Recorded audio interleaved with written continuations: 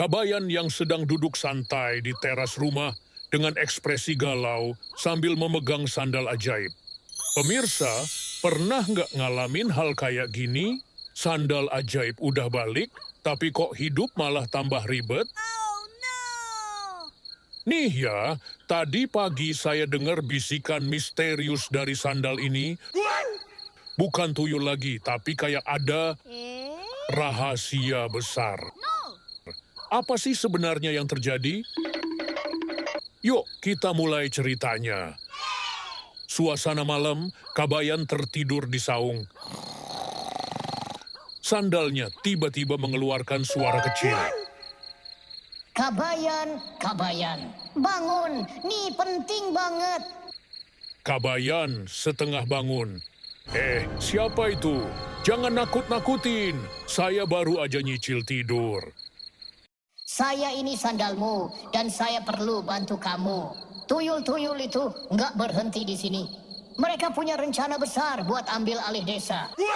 Kabayan kaget. Loh, sandal kok bisa ngomong? Jangan-jangan ini tuyul lagi bikin jebakan. Sandal melompat kecil untuk membuktikan keajaibannya.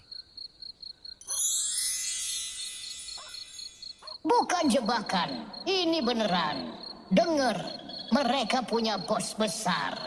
Kalau kamu nggak bertindak, desa ini bisa jadi tempat singgah mereka selamanya. Kabayan akhirnya percaya dan mulai mencari petunjuk lebih jauh di kebun bambu. Ia bertemu dengan seorang tuyul yang sedang mengintip dari balik pohon. Kamu lagi? Kali ini rencana apa lagi, ha? Kabayan, kamu salah paham.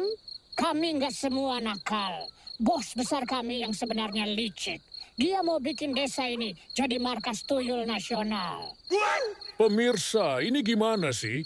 Dunia tuyul kayak MLM aja. Kok bisa ada bos-bosan segala? Hadeuh, makin absurd aja ya. Kabayan dan sandal ajaib mulai bekerja sama.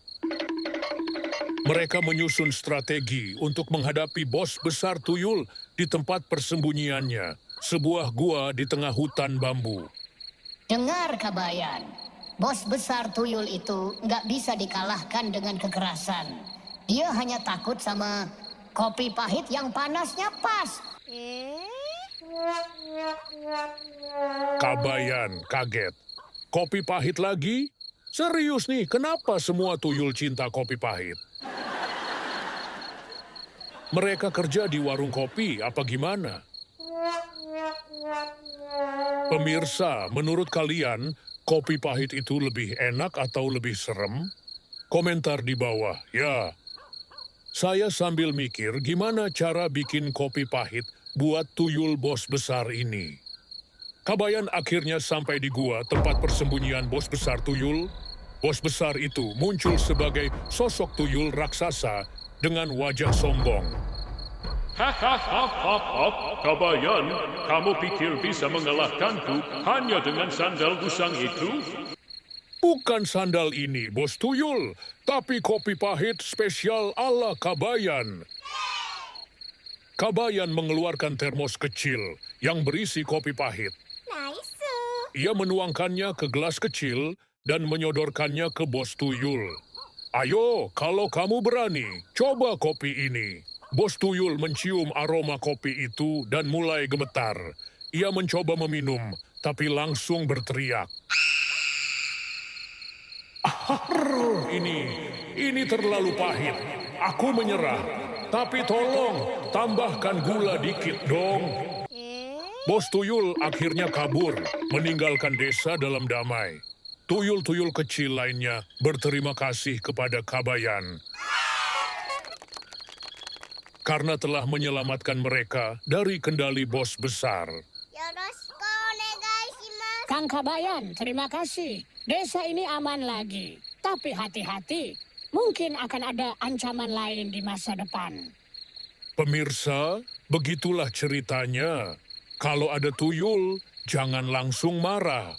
Mungkin mereka cuma butuh kopi pahit.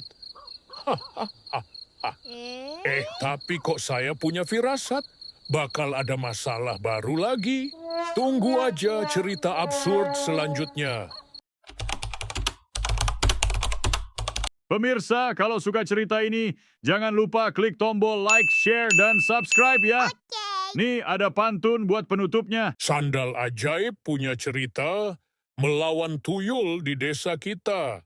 Kopi pahit jadi senjata, bos besar lari tak berdaya. Sampai jumpa lagi di Skrip Absurd, tempat cerita paling kocak dan absurd. Jangan lupa aktifkan loncengnya biar nggak ketinggalan.